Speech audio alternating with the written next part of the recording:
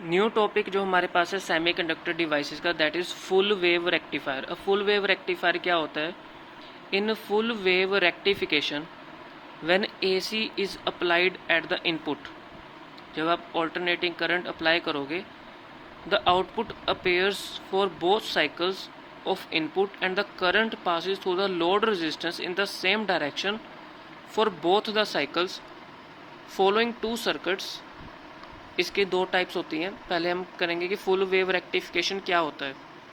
When AC is applied at the input, जब आप alternating current apply करोगे, the output appear for both cycles, जो इसकी output आएगी हाफ पॉजिटिव हाफ साइकिल और नेगेटिव हाफ साइकिल की जो आउटपुट आएगी इसकी for input, and the current passes through the load resistance, जो ये करंट पास होगा through this load resistance R L in the same direction for both the cycle.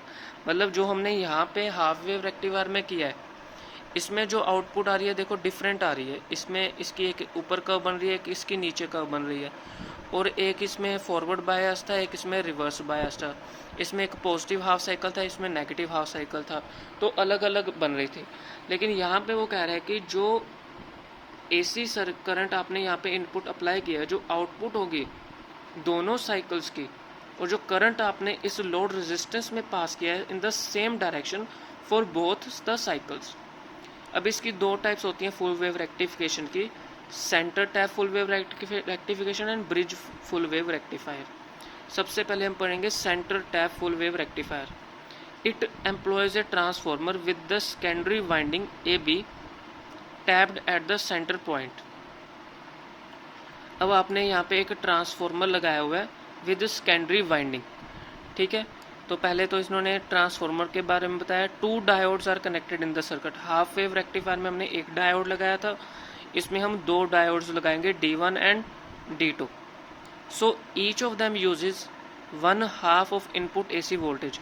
मतलब ये दोनों डायोड है, हाफ वोल्टेज ये यूज़ कर रहा है और हाफ वोल्टेज ये यूज़ कर रहा है। जो डायोड D1 है ये यूज़ कर रहा है AC voltage appearing across the upper half of the secondary winding. जो ये वोल्टेज यूज़ कर रहा है हाफ वोल्टेज, ये सेकेंडरी वाइंडिंग की अपर वाला पोर्शन यूज़ कर रहा है, और जो D2 है वो लोअर वाला पोर्शन यूज़ कर रहा है, ठीक है। उसके बाद shows the circuit diagram and output waveforms for such A circuit. तो हमने ये डायग्राम डिस्कस किया। AC करंट लगाया हुआ है, सप्लाई की हुई है, ट्रांसफॉर्मर लगाए हुए हैं, दो डायोड्स लगाए हुए हैं। इसके पास जो हाफ वोल्टेज आ रही है वो अपर सेकेंडरी वाइंडिंग की अपर वाले पोर्शन की जा रही है, और जो डायोड 2 के पास जो वोल्टेज जा रही है हाफ वोल्टेज, वो lower portion of secondary winding की जा रही है। और यहाँ पे रेजिस्टेंस RL लोड लगाया हुआ है हमने यहाँ पे, और यहाँ पे V आउटपुट है, जो कि हमें वोल्टेज बाहर जो आउटपुट निकलेगी वो हम यहाँ पे कैलकुलेट करेंगे।